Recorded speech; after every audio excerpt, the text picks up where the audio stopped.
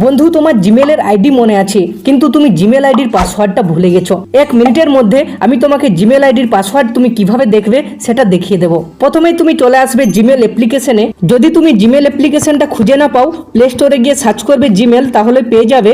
Gmail আসার পরে উপরে জিমেলের লোগোটায় ক্লিক করবে, এরপরে এখানে গুগল অ্যাকাউন্ট লেখাটায় ক্লিক করে দেবে। এরপর এরকম একটা পেজ পাবে, এখানে হোম পার্সোনাল ইনফো লেখা আছে না, এটাকে একটু স্ক্রল করবে। দেখো এখানে লেখা আছে সিকিউরিটি, এই লেখাটায় ক্লিক করবে।